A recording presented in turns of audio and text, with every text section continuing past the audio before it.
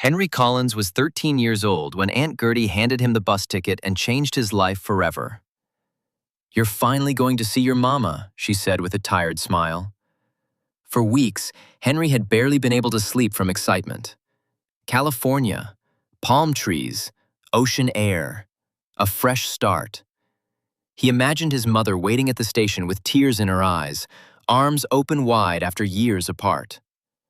Aunt Gertie had always said his mother wasn't ready yet to take care of him after his father died, but now things were different. At least, that's what Henry believed.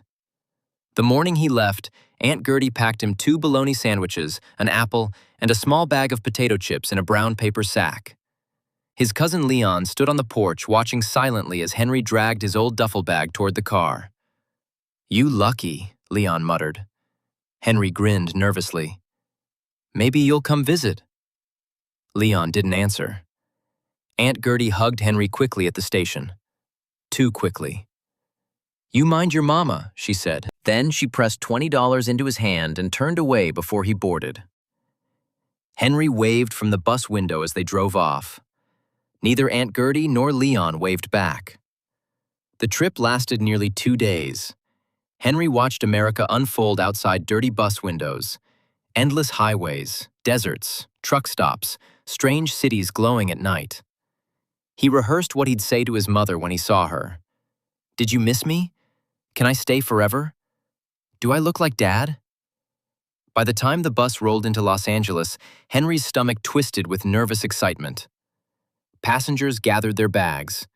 People reunited tearfully at the terminal. But nobody waited for Henry. He sat on a hard plastic bench clutching his duffel bag for nearly 3 hours. No mother. No familiar face. Finally, he used a payphone to call Aunt Gertie. The operator's voice came cold and mechanical. "The number you have dialed has been disconnected." Henry tried again, and again, and again. Disconnected. That was the moment it hit him. Not confusion, not fear. Understanding. He had not been sent to his mother. He had been discarded. The first night, he slept behind a grocery store beside overflowing dumpsters. He cried silently into his jacket so nobody would hear. By the third night, hunger hurt worse than sadness. Henry learned quickly how to avoid gangs, how to sleep lightly, how to wash up in gas station bathrooms, how to search restaurant dumpsters before garbage trucks arrived. Sometimes people were kind. Mostly, they weren't. A man once stole Henry's shoes while he slept. Another time, older boys beat him bloody for half a sandwich. The streets hardened him in ways childhood never should. Still, he survived. 3 months later, Henry wandered into a small diner on Western Avenue, hoping to steal leftover food from abandoned plates. Instead, the owner caught him. Mr. Landry was a heavy-set man in his 60s with suspenders and permanently tired eyes. "You planning to eat garbage?" he asked bluntly. "Or work for your meal?" Henry froze. Work. Mr. Landry handed him an apron. "Dish pits in back." That single moment changed everything. The work was brutal. Grease burns, 12-hour shifts, stacks of dishes taller than Henry himself. But every night Mr. Landry fed him. Eventually, he let Henry sleep in the storage room behind the diner. Henry worked harder than anyone, because he knew exactly what waited for him outside if he failed. Years passed. Henry grew taller, broader, quieter. He learned the business carefully. Cooking, ordering supplies, balancing books, customer service. At 18, he enrolled in night classes studying business management while still working full-time at the diner. Mr. Landry watched proudly from a distance. "You got survivor in you," he told Henry once. Henry smiled faintly. No one had ever said something kind to him without wanting something in return. By 35, Henry owned the diner outright. Mr. Landry retired to Arizona after selling it to him at a fraction of its value. "You earned it," the old man insisted. Henry transformed the struggling little diner into something remarkable. Then another location. Then another. Soon, Henry Collins restaurants expanded across California. People praised his work ethic and humble beginnings in glossy business magazines. But nobody knew the full truth. Nobody knew the boy who ate from dumpsters still lived somewhere inside him. At 42, Henry received the California Entrepreneur of the Year award. The ballroom glittered with wealth and applause as Henry stood on stage beneath chandeliers delivering his acceptance speech. "Success means nothing if you forget where you came from," he said calmly. The audience applauded warmly. Afterward, dozens of people approached to congratulate him. Then Henry saw a familiar face near the bar. Leon. Older now, gray at the temples, but unmistakably his cousin. Henry felt the room tilt slightly beneath him. Leon looked equally stunned. "Henry," he whispered. They sat together later in the hotel lounge, nursing expensive whiskey neither truly tasted.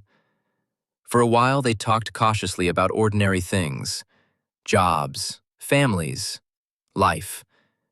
Then Henry finally asked the question that had haunted him for nearly 30 years.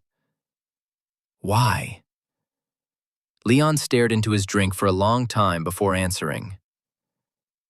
"Aunt Gertie was drowning," he said quietly. "Money problems, gambling debts, drinking. She couldn't afford both of us anymore." Henry's jaw tightened. "So she threw me away." Leon flinched. "She told people your mother agreed to take you." "She didn't." Leon nodded miserably. "We figured that out after." Henry stared silently across the lounge. "She died a few years later," Leon added softly. "Always wondered what happened to you." Henry laughed once, a hard sound with no humor in it. "She could have left me anywhere else," he said. "A shelter, foster care, anywhere." Leon said nothing because there was no defense, only shame.